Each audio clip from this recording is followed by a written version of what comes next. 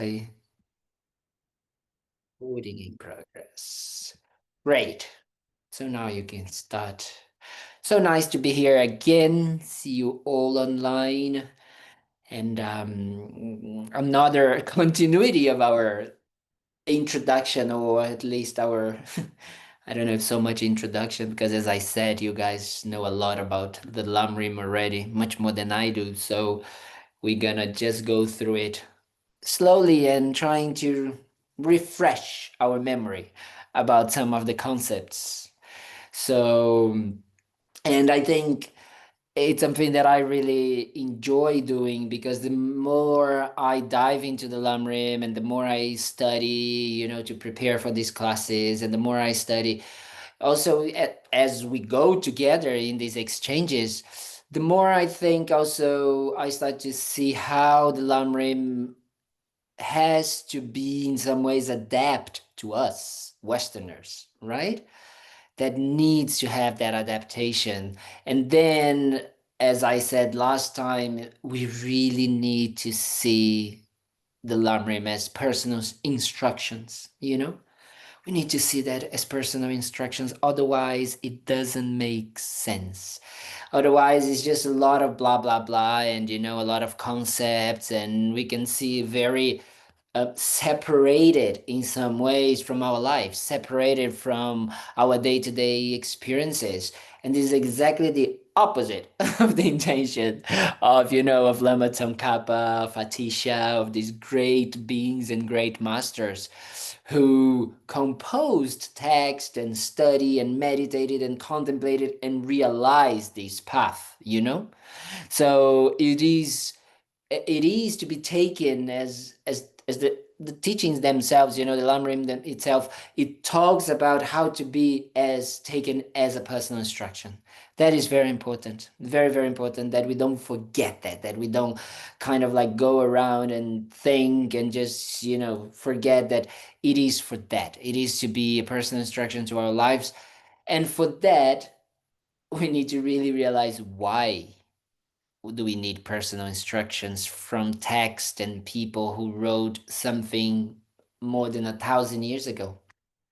And that, maybe, I think it is one of the most interesting points, because as we're going to see it today, actually, the Lamrim, everything about the Lamrim, as I said as well last time, it is about the motivation, about the intention. It's a path to clarify and to walk towards maybe a motivation that we are not even aware that we can have it right now. A motivation that we might not even know it exists within ourselves, even though we might have it, but it's a little bit unconscious to us. We are not very conscious of it. So the motivation is something that is so important, because without motivation we won't want without motivation, you guys are not going to be here listening to this blah blah blah.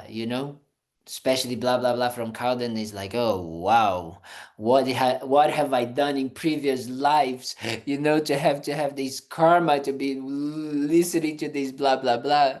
So, but that is true, because it is what we start to realize. Oh, wait a minute, it is about me. If I take it as personal instructions, whatever we are doing is about me. It's about actually working with my mind, right? That is how it has to be done. And the further we go along the path, we start to realize how that relationship between who I think I am in this family, in this neighborhood, in this company, or whatever work we do, in this society, in this planet, it plays a vital role in actually our also inner experiences. So with that, we start to understand more and more that our motivations, they can expand to all of these aspects of our lives, to all of these spheres. No, they use the word scopes, you know, but I like sphere because I always think like that. but I am very rebel, you know, so that's why I I very arrogant. I think that I can change the words of the Lamrim. But you know, but that is the idea. So that's why, you know, I encourage, or I invite you to just take a moment to set up your motivation for being here together. You know, we're gonna spend a few hours, at least an hour together.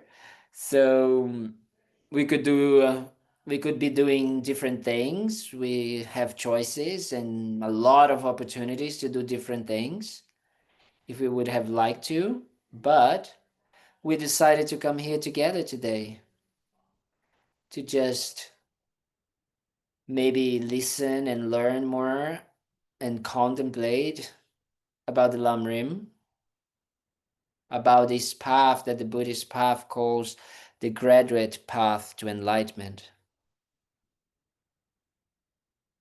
So that is very important to us, that we start to realize that, oh, if it is gradual, that means that there are steps, no? It's like step by step.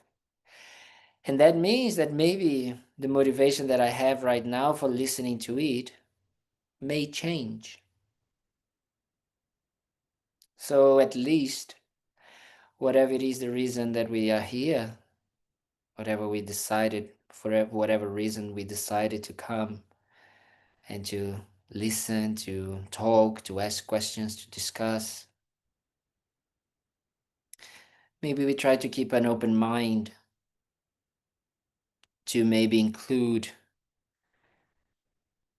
something else that we might think, you know, even if it is, oh, maybe I'm struggling with this and that, and maybe my job, or maybe my relationships, my family has issues or whatever, and I want to pacify these. I want to find ways to deal with that in positive ways. So I try to really we try to create this wish to take advantage of the time we have here today to learn, to contemplate, to exchange these topics that can actually help us develop tools to achieve this goal.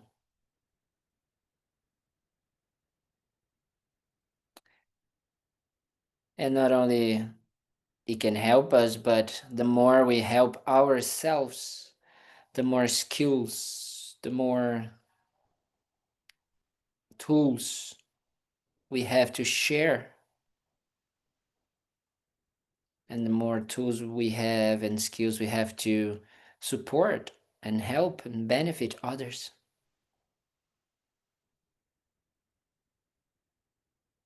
So it's a two-way thing. It's about developing ourselves so we can help better, in a better way, others.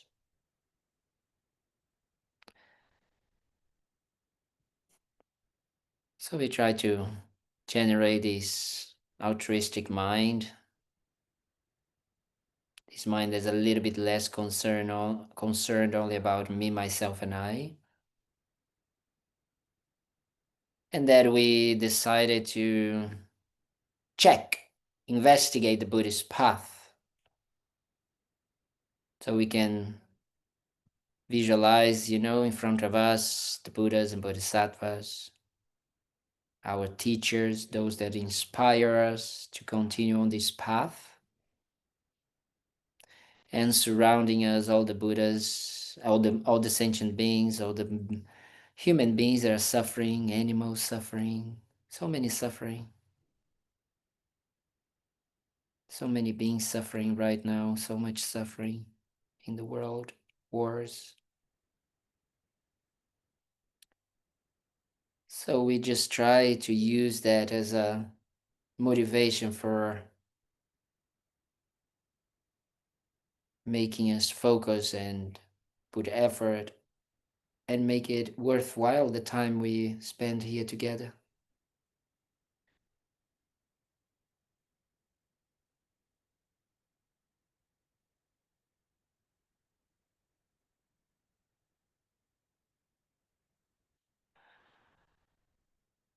Okay, so we can relax our motivation, make it strong and firm, so we can continue discussing this topic. I didn't have the prayers, so that's why I didn't do the prayers. Next time I need to put the prayers here to share the prayers so we can do the prayers together. Okay, so we talked a little bit about the Lamrim last week, right? And especially the idea that the Lamrim, it was this union of these two um, tracks. We talk about the two wings of a bird, but I also like this idea of these two tracks, that they encompass the entire Buddhist teachings. As I said, 2,600 years ago, when the Buddha was still alive, there was no need for two tracks because he was holding the entire path to enlightenment, right? The Buddha. But then after he passed away, then in some ways their students kind of like focus more on one of these tracks, you know? And these tracks, they started to be kind of in some ways divided like this because they have the two main goals, and I think it is so important that we really reinforce that. The two main goals of the Buddhist path, and that's why this path is called the Lamrim, like Lam path and Rim graduate. Graduate path 2, we not only call Lamrim, we call Lamrim to enlightenment. So enlightenment means these two things. Means the completely realization that we have suffering and that we have causes for this suffering. And then realizing that we can eliminate them and then walk in the path towards them.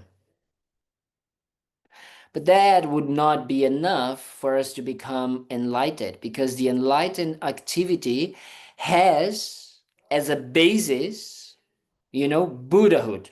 Buddhahood is Buddha. A Buddha is born, as we say, from a bodhisattva. And a bodhisattva is born from bodhicitta. And bodhicitta is born from compassion. So compassion is the basis that make the Buddhas achieve enlightenment. So what does compassion mean? Compassion means that, yes, I realize that I have suffering, and I know the Four Noble Truths. I realize that I have suffering. I realize that these sufferings have causes. I realize that I can eliminate the causes, and that when I eliminate the causes, I actually eliminate my suffering. So I have a path towards that. When I start to realize that, I start to realize at the same time that there's no difference. Due to compassion, mainly, equanimity and compassion in this case, that there's no difference between my suffering and the suffering of others.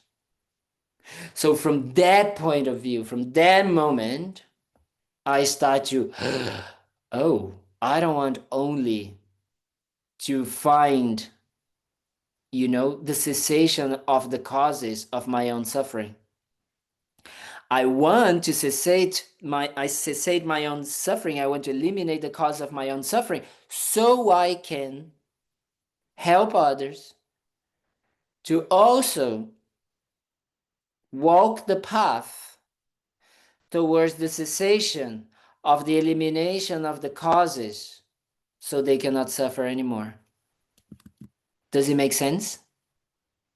And that is a big deal. Very different. Because then the enlightenment comes about not only stopping the negativity and the suffering, but becomes as well about developing the good qualities, developing the skills, developing the methods, developing the skillful means, as we say. So these are the two tracks. Very important to have it very clear, as Lama Yeshe used to say. Clear. What are these two aspects? So the Buddha was 2600 years ago someone that have perfected these two things, have eliminated completely the suffering, the causes, and cessated that, and have perfected the qualities.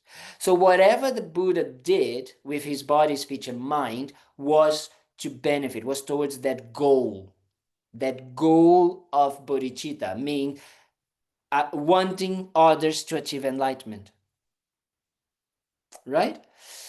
So that is the basis. So then these two traditions, the tradition that focused more, let's say like that, in eliminating the sufferings and the causes of suffering. So the wisdom wing was especially developed by Nagarjuna in the second century, and then the compassion of the method side, especially by Asanga. And then Atisha, as we said, encompassed these two. They brought together and said, well, we need something that will make it easy for everybody to understand that. So Atisha is a very, very special being. If you read some of his biographies and some stories about his life, it's very, very, very special. So I'm not gonna go into these here, right? Because I think that I'm not very good in telling stories. but Atisha was someone that really dived in for himself, to transform his mind and be able to actually share that union of the wisdom and the compassion. And then, of course, other teachers came, and then we talk a lot about Lama Tsongkhapa. Tsong means lama is a teacher, or yeah, the teacher. And Tsongkhapa means actually from the place of onions. It's not like a fancy name, but that's what it means. The person, like, is he that came from the village of onions, because that's where he was born.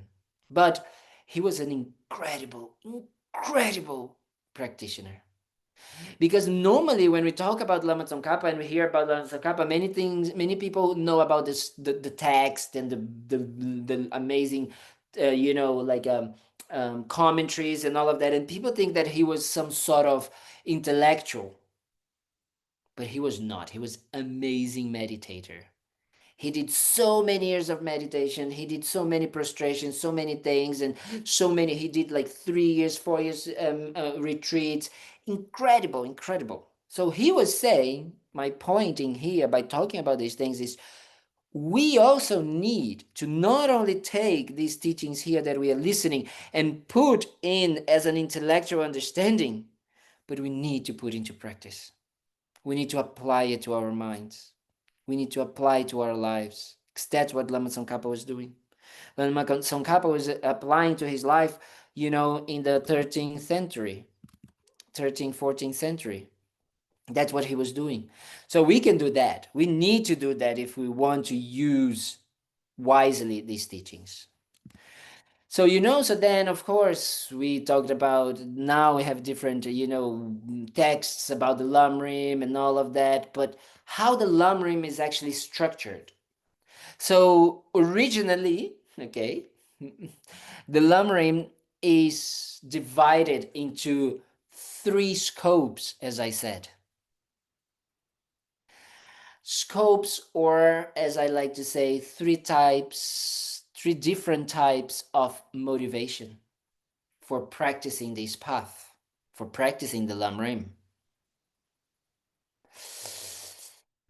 But then we already start the little bit of a, how to say, adjustment that we need to make, because this text or this path, it was written not for Westerners, but it was written for Indians and Tibetans.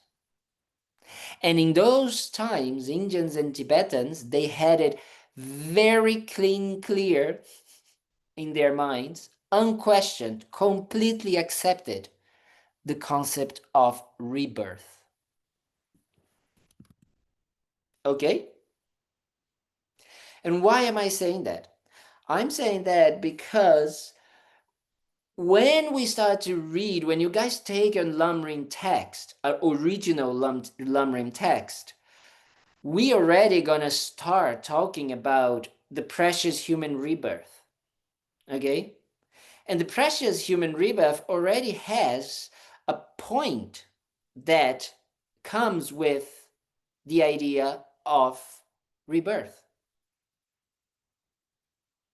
Because it comes with the idea, one of the meditations that we do for the precious human rebirth is the rarity, how rare it is to find a perfect human rebirth.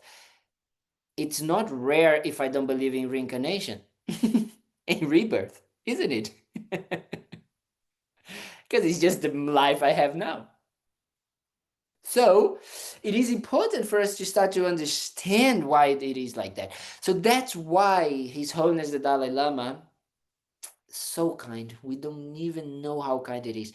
He said that when we are teaching, the Lamrim for Westerners, we need to have that idea, like, the point of view, like try to bring the Buddhist point of view, because most of us, we have not been raised in this Buddhist, like, we are not raised as Buddhist, and we have not lived in Buddhist or Indian cultures, so initial reflections on the basic Buddhist approaches are very important, right? So one of them, and the main ones, that's why we talk a lot about it in the Buddhism in the beginning, is the understanding on how our mind operates, how our mental process work, our thoughts and feelings, and how these things influence our experiences. So His Holiness, the Dalai Lama always says that we should start talking about the mind and how the mind is the source of our experiences. And from there, establish through logic and reasoning, not through blind faith, the possibility of rebirth. And that will make the Lamrim much more, as I say, juicy for us Westerners. Otherwise, it doesn't make so much sense. Because otherwise, it's just blind faith. Because these three scopes, when we're going to talk about them, when we're going to talk about the different scopes of the Lamrim, we're going to talk about middle, small, middle, and higher scopes. Yes, Bob. I ask you a question, please? Yes, please. Can you please explain a little more your sentence, the mind is the source of my experiences? Yes. So we're gonna talk exactly about that today. This is the topic for today. The topic of today is for us to start investigating and really touching. And when I say touching is because I sometimes feel that most of us, Westerners, we're very intellectual, so we understand these things conceptually. We're not stupid people, let's say like that, right? But we don't really touch what that means to us, really. We don't actually apply to our lives. We don't actually put into questioning, into investigation, and yeah, it's almost like, well, I really need to establish for myself what that means. So that, Bob, that is the idea of today, that you can, from your own reasoning and your own experiences, go into this, get to this conclusion that, oh, okay, the mind is, the basis of my experiences. And especially when we are talking about our basic experiences of wanting to be happy and not wanting to suffer, which we say is our baseline, our starting point motivation. So that's why we talk about small, medium, and higher scopes of motivation in the Lamrim. Because right now, we are not even in the Lamrim. Right now, we are just ordinary beings, as we say. We haven't yet decided, well, maybe we did, but but now we are starting again. We are gonna start wanting to walk on a spiritual path. And when we start to decide to enter into a spiritual path, then the Lamrim, let's say, starts. Because then we are starting to change our ordinary minds. And through listening, through study, through contemplation, and through meditation, the Lamrim will guide us to go from these conclusions. Like, it's gonna bring us from one conclusion to the other until our final conclusion is enlightenment. Does it make sense? Yeah. Okay. Because that is important for us to start understanding what is actually the Lamrim, and not make something out there, outside, hard, difficult. Oh, but this was like, someone in the 14th century that wrote, and like there's no application to my life. The opposite. The more we bring it, the more we take it as personal advice, and we actually apply to our minds, wow, the more we can actually benefit from it.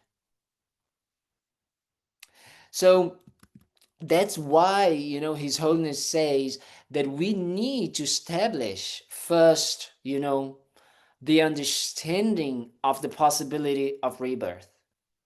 Why? Well, of course, we can talk, to be honest, we can talk about the Lamrim only as a way to develop our minds in this life. But if we're going to talk about the different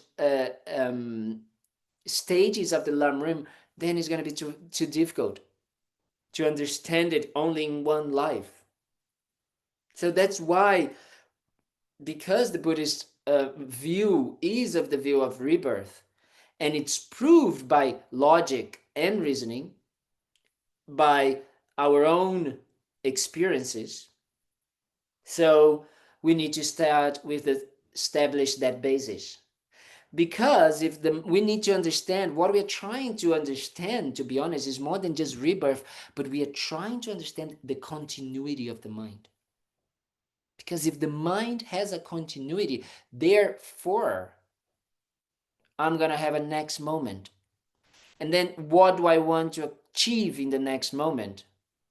How I'm going to prepare the next moment.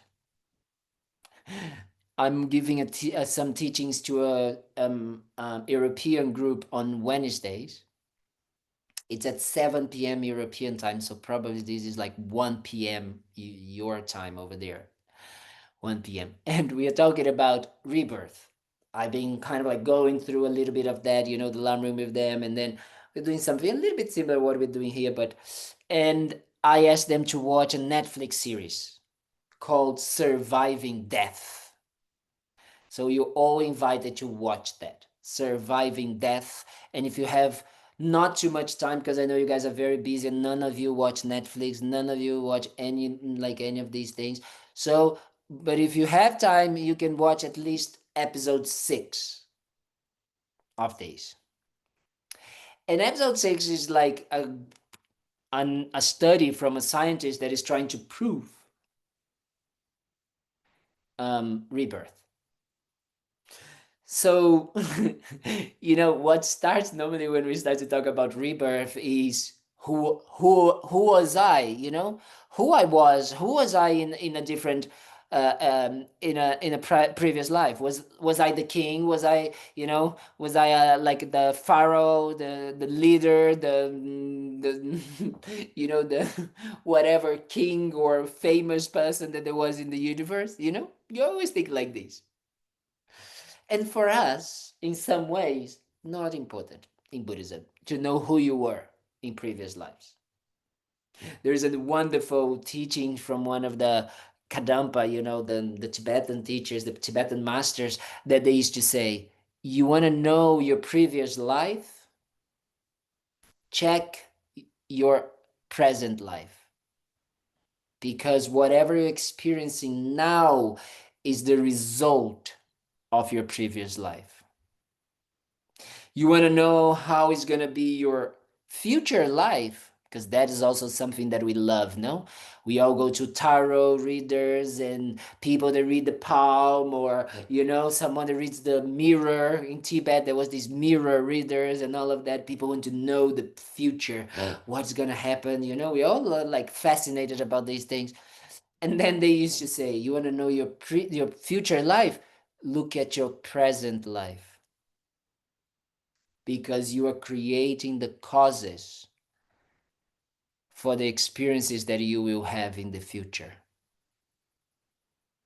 So that is the basis of understanding the continuity of the mind. Why we want to talk and understand the continuity of the mind is because, to be honest, we want to know how to deal with the present moment. So we want to know how to deal with the results of our previous experiences, of the previous causes that we created, which we don't remember. So that's what we want to know how to deal with. And making sure that our future experiences, if we have, unpleasant experiences now, making sure that we don't have them in the future, isn't it? And if we do have good experiences in this life, that we then can continue having good experiences in the future. It's almost like investment,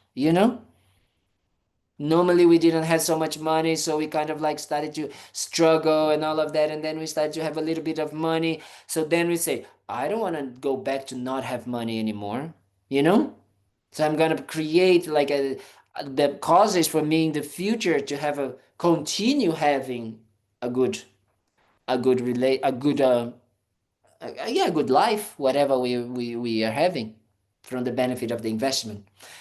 The thing is, in the investment, we cannot predict the future. So we don't know what's gonna happen. So we don't know if we're gonna continue having, because we can lose it all. No? Financial crisis are there to prove it's possible.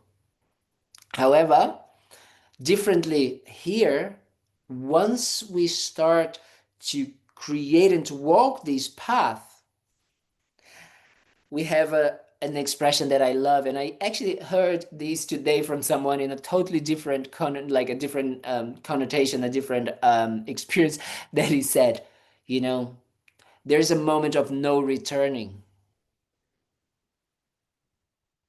Once we start to purify our minds, and once we start to actually open our hearts, until the moment that we completely eliminate the causes of our sufferings. So we eliminate, so that means that the future will not have those causes, therefore cannot have suffering. If I don't have the seed of anger inside of me, I can never experience anger anymore. That is quite obvious in some ways. But for us to understand that, then we need to understand the continuity of the mind. So then we need to understand how the mind works now. Does it make sense? Yes? It's very important that we start to understand, the reasons why the Lamrim is done in this way. And the reasons why His Holiness said that we need to establish this. Because otherwise, what happened a lot, especially in the 70s and the 80s, in the beginning, some of the people that were Buddhists, they were Buddhists maybe for 30 years or 40 years, but they didn't see much change because they didn't understand the basics.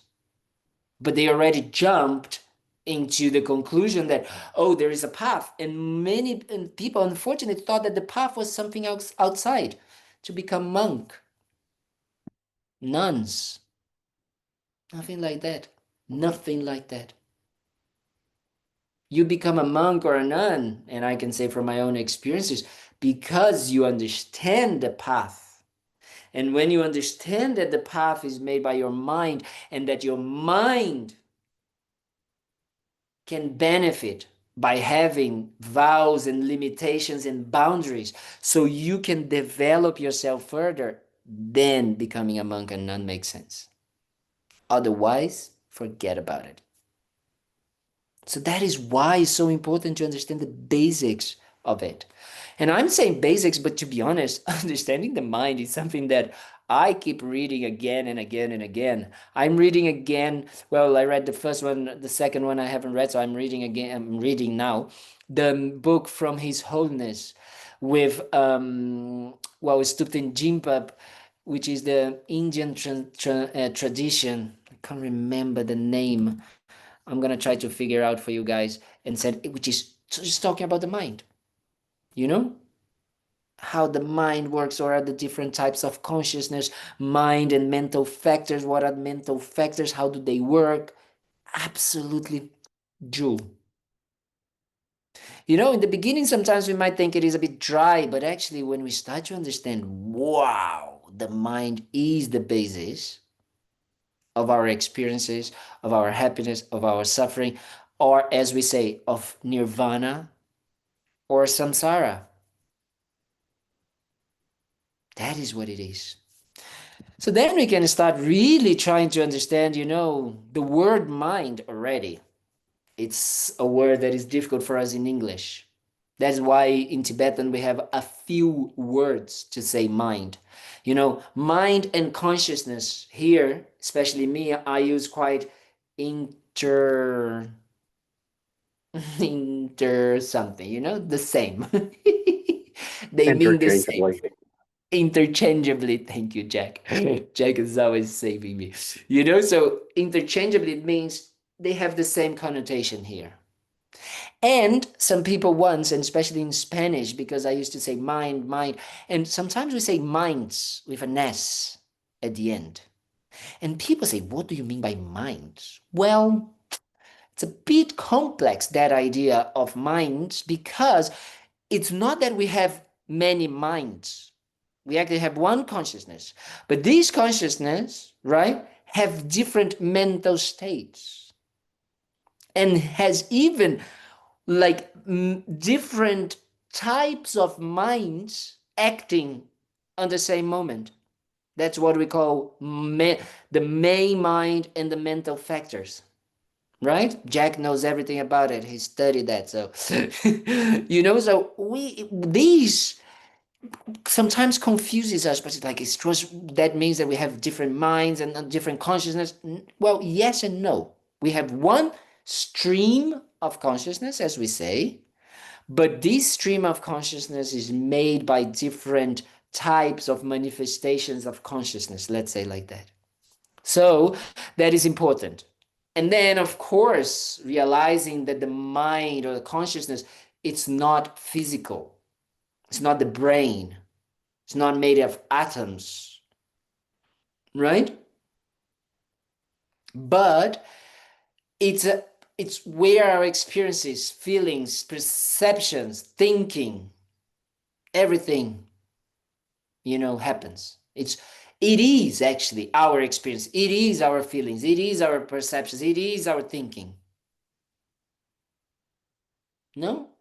And that we can see, because what is the difference between a corpse and a human being and a person that is alive? What is the difference for you guys? If you have to say, if you have to answer, what is the difference between a dead body and a alive body? Let's see. Let's open the floor. The smell. What? The smell. Smell? The odor. Well, sometimes I have to say, my friend, you haven't been to the monasteries. A heart that's working and a heart that's stopped. Definitely, there is a physical aspect that is not there, but what makes the body, the heart, continues to beat or not? Just the body? On, only the mind. That is what we kind of like, we talk about it. And in that, in the surviving death, I think is episode 2 or 3. I can't remember. I watched it a long time ago, but they talk about nearly death experiences where the body was there, but the person was having an operation and they could see what was going on. So they were out of their body. So then you say, well, but then, exists something because the body was there.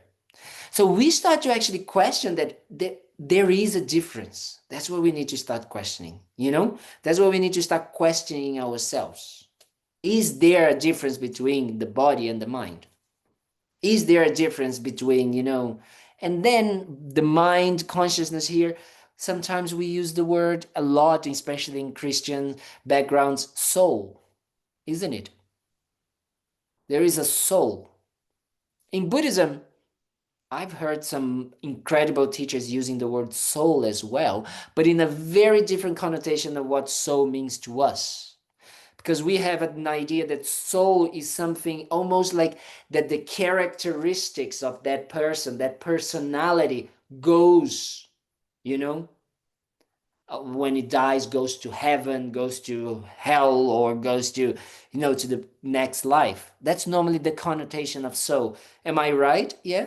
Do you agree? Would you agree that soul has that connotation of having a personality, a quality? Yeah? Which we don't in Buddhism. In Buddhism, we don't say that there is a characteristic or quality. Look at how tricky and how how detailed Buddhism is. We say that we have imprints and seeds that we carry on. But these seeds will depend on conditions for them to arise and sprout. Yeah. So that means that it's not that there is a specific quality, characteristic, personality that goes, but is a seed, is a field full of potentialities.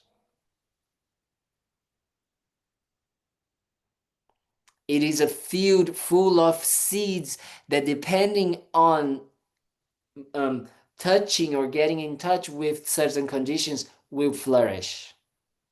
And these seeds can be positive, negative, or neutral.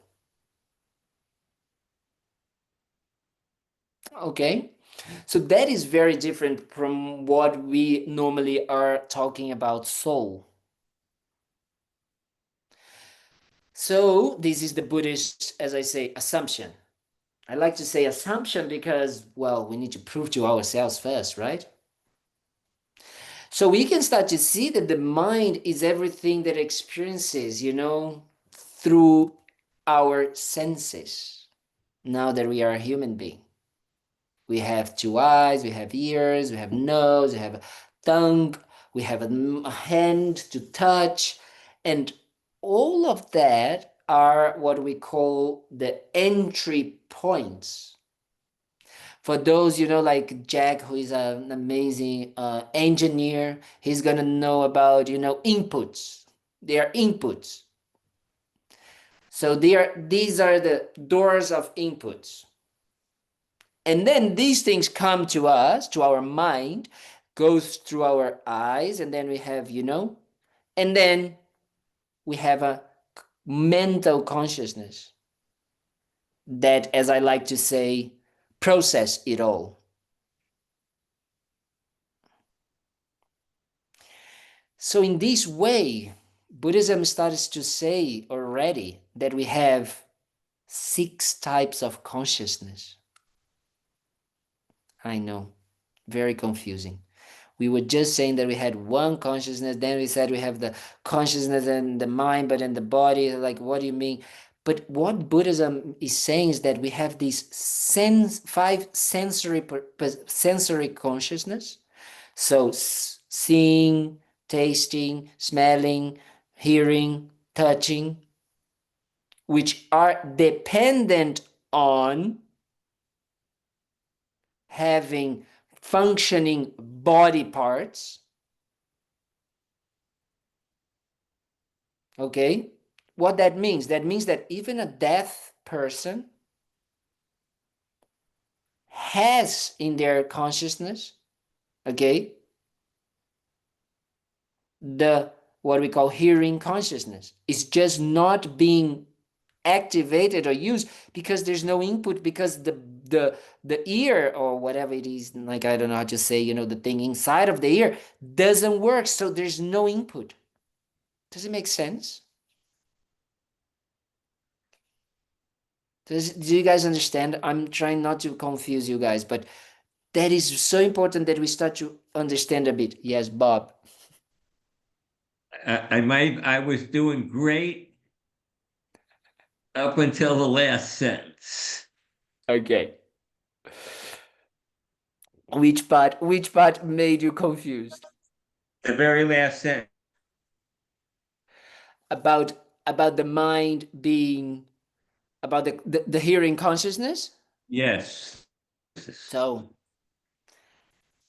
the five sensory consciousness, they are, if as they are consciousness, they are not physical, right? Right.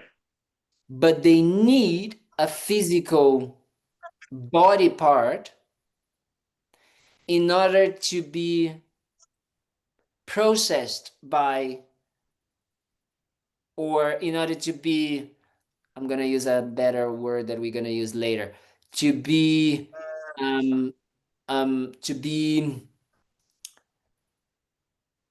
knowing, to be known by, or to be experienced by the sensory perception, the sensory consciousness. We need to have, like, you know, because for example, we say, oh, if I have like, how do you say that the person who doesn't see colors or see blind color, Colorblind. colorblind, colorblind. A person that is colorblind, what it has a malfunction of the organ, but it does have a seeing consciousness, because the consciousness is not a physical thing, but the seeing consciousness needs the eye in order to see things. Does it make sense? Yeah. Because otherwise we would not need a body, we'd just be a mind, a consciousness, isn't it? So that is so important for us to start understanding why it is that interdependency between the body and the mind. Because that is what actually is needed. Otherwise, the consciousness would be needed only if we didn't have an eye, or an eye that is, you know, that is functioning. That means I would not have been able to experience that eye consciousness or the seeing. So that means, that proves in a way this interrelationship, the interdependence between the body and the mind. This is something that for me was very special. And I think Roy sent something here. Are you referring to this 18 realms of phenomena, six sense organs, six sense objects, and six sense consciousness? Yes.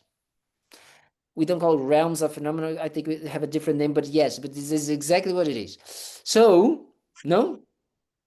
So, if we would not have an eye, or we wouldn't need an eye, let's say, in order to have an eye consciousness, you know, to see things, then there was no need for a body. And guess what? The consciousness always needs a body. So when we leave these, that's the Buddhist assumption, that once we leave this body, we need to find another one. We immediately transfer to another one. Now comes the fun part, which is in relation to what we're talking about. Depending on the body we go to, which we'll talk about later, how we go to bodies, let's say like that, to the next bodies.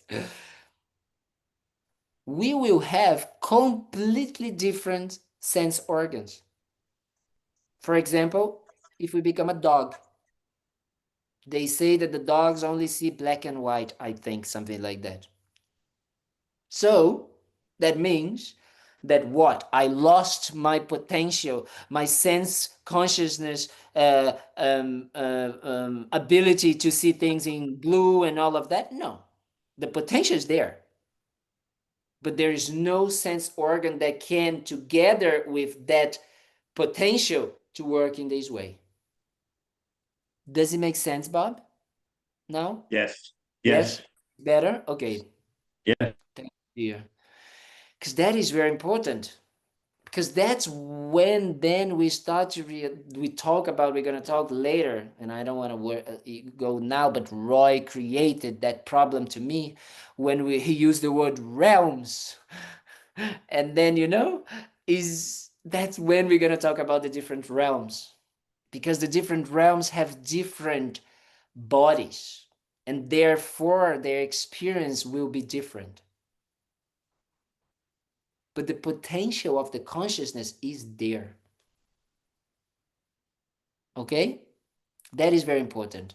So then the division of six consciousness is that we have the five sensory consciousness, consciousness, and then we have a mental consciousness, which I say is the hard drive, or the hard wire, whatever it is that we call it.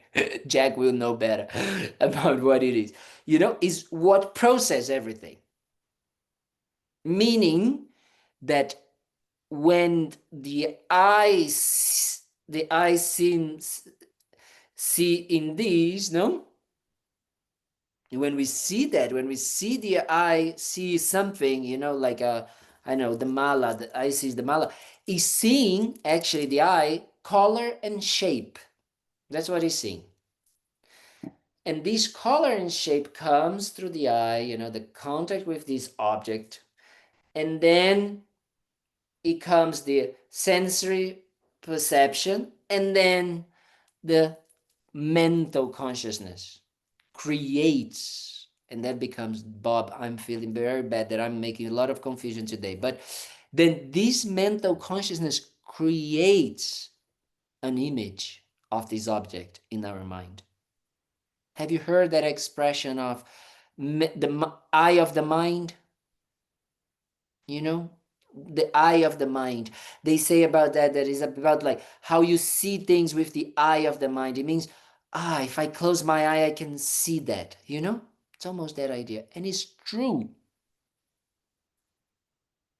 We can see things if we close our eyes with our memory. Memory is in a way a proof of that. But even when we have the object in front of us, the way I am seeing and perceiving these objects is through a mental image of this object.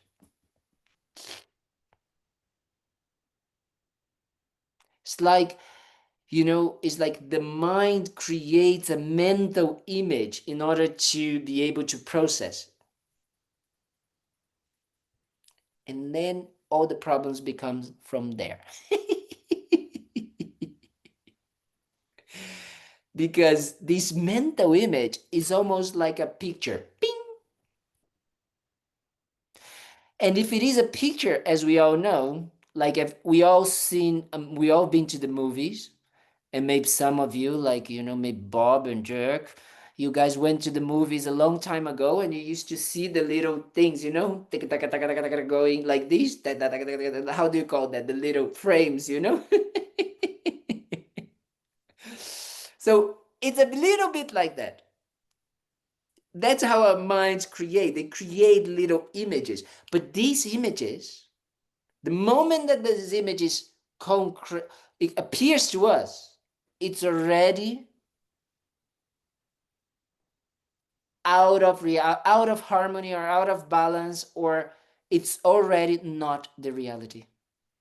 It's not what we are seeing, because it's a creation of our mind. Does it make sense what I'm trying to say? It's a bit technical. Go back to Huh? that sentence. Go back again to that last sentence, please. I'm sorry. I'm, No, I'm because enjoying it. No, no, no. I'm just saying you lost me on the last sentence. I just need you to that's go good. back. That's very good. That's very good because I really is like for me is as because I know all of you and I know you guys have a little bit of a basis, we can talk a little bit more like that, you know? Because on Sundays I cannot go a little bit deeper because people are very new, but you guys I know you can. So that's why I'm a little bit technical today. No, that's great. It's fabulous. I just have to tell you when you lose me. Yeah, this is it. Exactly. You do need to tell me. So what it means is that when we see the object, that creates a mental image. This mental image is like a picture, right? So that means that that mental image means that, okay, I'm looking at you. All of you are looking at me. Okay, let's do this exercise. It's easy, very easy. Look at me, Bob. Then all of you look at me. Now, just close your eyes and try to remember what you were seeing. Me, maybe what it was behind me and all of that.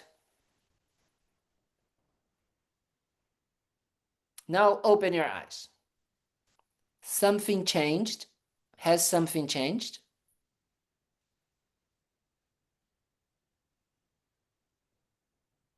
Jack?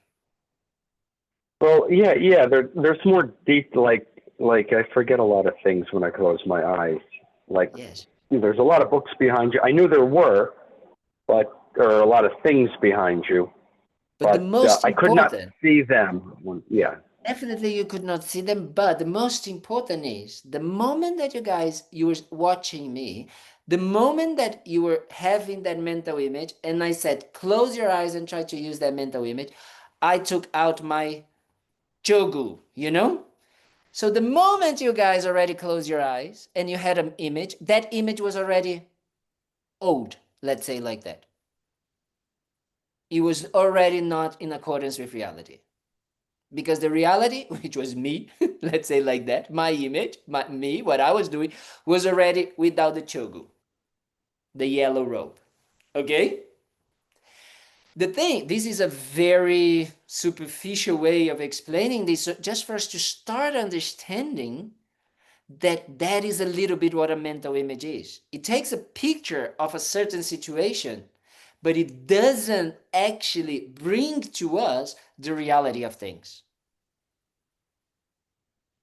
Because when I'm seeing, for example, myself, or when you guys are seeing me, or am I seeing you, I am not seeing something that is happening to you, which is you are all getting old moment by moment. Do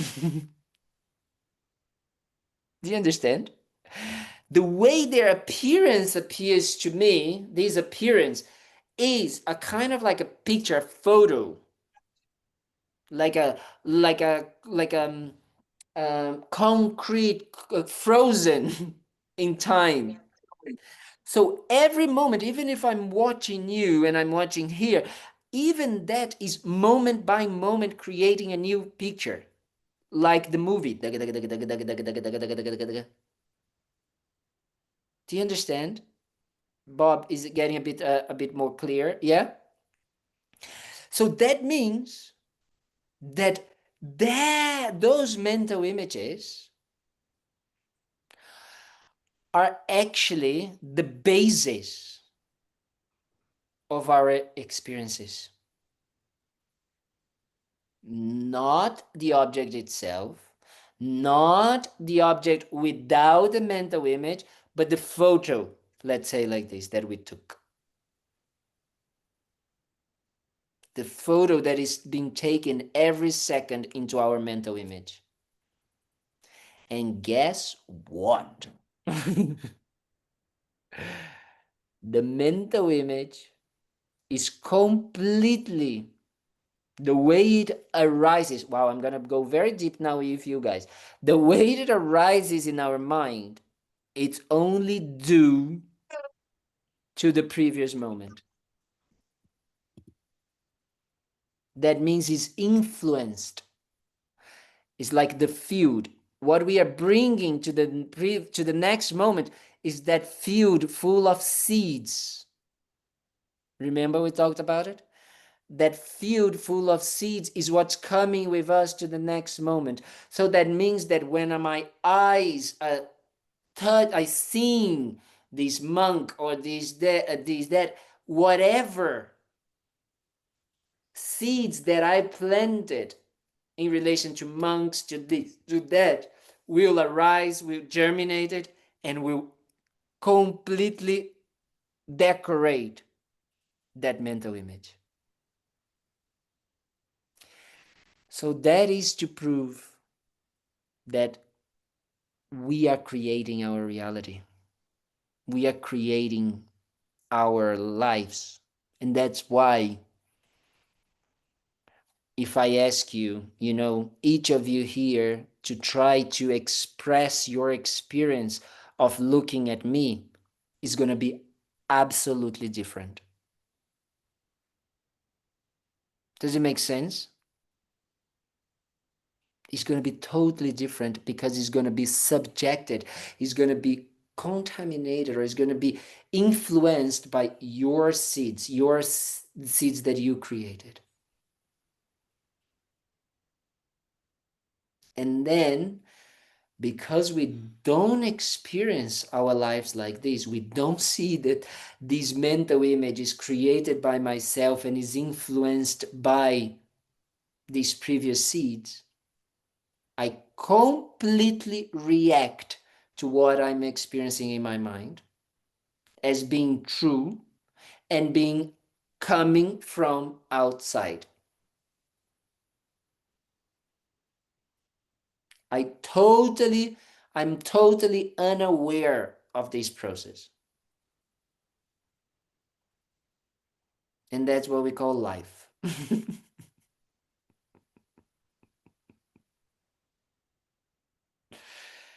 So that is the point. That is why it's so important that we understand the mind better and better.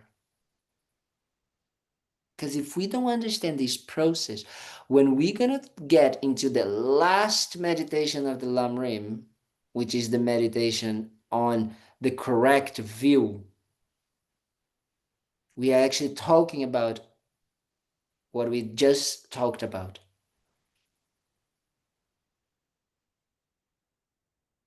Some people think that I'm completely nuts to teach Lamrim like this sometimes, that I actually bring the end almost into the beginning. But that is so important. Because when we're going to talk about the correct view, what we are talking about? We are talking about correct view, meaning that we eliminate that mental image. And we have a direct perception, a direct experience of whatever experience we are having with our sense consciousness. So that means we are in harmony with reality. We are not self-subjectively creating a mental image of reality. Does it make sense? Does it really sink, or am I being too technical, too dry? I don't want to become an intellectual dry blah blah blah monk.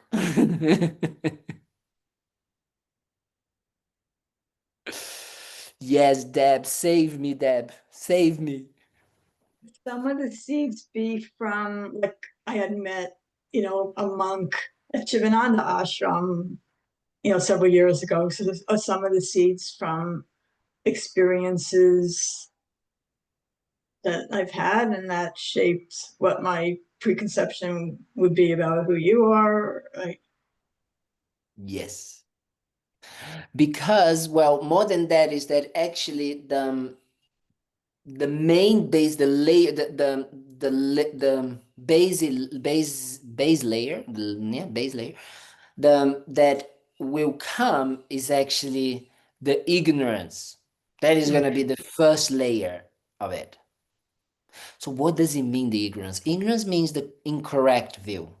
So that means that when, and that is so special. Yeah, very good you asked that, because then it reminded me of opening up a little bit more about these seeds, this field with seeds. Because we have seeds that are maybe already out of the earth, and we have seeds that are kind of like not allowing us to perceive things directly. And that is what we call, when we're going to talk about, what we need to eliminate from our minds. What are the causes that we need to eliminate? We need to eliminate the seeds of suffering, which are, you all already heard that, so I can say this, which is the delusions, the negative emotions, the disturbing emotions, and the karma. That means the habitual tendencies and the seeds, the manifested seeds that they created, right? But then the other thing that there are three things we need to eliminate, is actually we need to eliminate what we call cognitive seeds. And cognitive seeds are seeds that stop us from perceiving things without this distortion. So they are a little bit subtle. What does it mean? It means that when I am not in meditation, when I'm not in kind of like in seeing things, I can see that they are not as they appear, but I still see them wrongly. I don't react to them. I see that they are, kind of like a creation of the mind, but they still appear to me. So I'm not a Buddha yet. The Buddha doesn't have that. The Buddha doesn't have a wrong image in their mind. It's completely correct in accordance with reality. So he eliminated. So the Buddha, he or she, I don't like to use he, eliminated. That eliminate that. So that means that when it appears, whatever appears to the Buddha, it doesn't appear contaminated. The appearance is not contaminated. So what we were discussing a little bit more of our previous experiences with monks, with this and that, they are more into the two layers. Sorry. And the two layers of, thank you, the two layers of manifestation, which means the afflictions, like for example, where attachment comes from, because you had a nice experience, maybe, with this monk in somewhere, I can't remember where it was, you said something. So then you created attachment, in that situation. So when you see a monk, the mind of attachment comes together, let's say like this. Do you understand? Yes. So this is more in that, but there is a more subtle, which is the appearance of the monk. The appearance of the monk already appears to you on what we call, from the side of the object, having those qualities, having that idea, having it on the object. That is the wrong idea. Okay? Any more questions or commentaries or considerations? I think today we can definitely start to stop here so it doesn't become a bit of a, you know? And you all run away and Tuesday you're not here again. You say, no way I'm going back to that class on Tuesday. But the main purpose of talking about these is to understand the mind and how the mind works and how it is the basis for our transformation. Because if we don't understand that the mind can transform and the mind can develop gradually, step by step, then we don't want to find a spiritual path.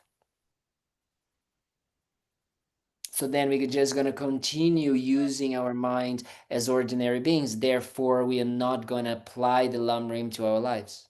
So therefore, we're not going to be able to go through the different scopes. Okay? So that's why I'm going to talk about them as an understanding. Okay. When they talk about the small scope and the goal of the small scope being such and such, now I understand why these people thought that. Because they understand the basis, which is the mind, and how the mind works and how the mind can transform. Okay? Because of what we just discussed, because of the different types of consciousness, because of the mental image. Okay? Does it make sense, Bob, Dan? Oh, yes. Yes? Good. Yeah, this was terrific. Good. Thank you, dear. I also I think that is, I think it is important that I've been telling them that. And I always remember Roy as well, because Roy last year, he asked me to say, oh, can we do something maybe about Tantra or something like that, And I think that is very important that the centers that, when we talk about the Lamrim as the basis of the Buddhist philosophy in the centers, the Lamrim has, from what we are studying now, what we are talking about today, which is, before entering the spiritual path, which is understanding the mind, so we can start checking the transformation of an ordinary way of seeing the world and seeing life to a more spiritual one, right? And then we have the Lamrim and the different steps and the different meditations and the different motivations, which guide us to enlightenment. And then towards enlightenment, we have the tantric path, which is the quick path, right?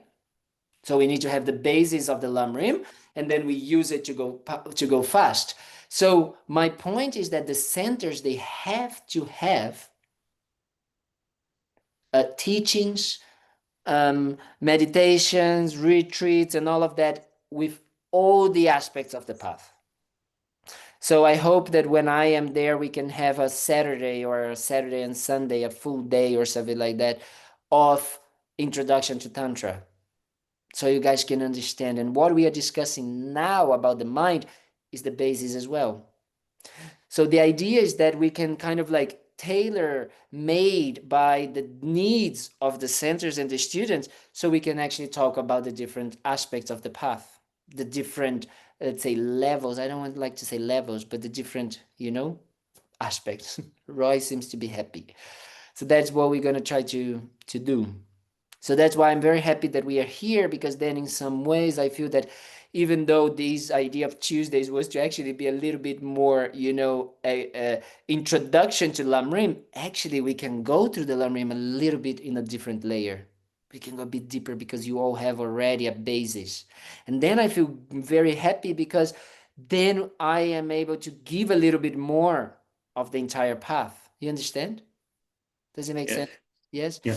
That is very good. So that is very good. So I hope that you guys can get that, that actually the Lamrim is so profound, and we can have different layers of explaining it, So even now you can go even deeper, So you can kind of continue.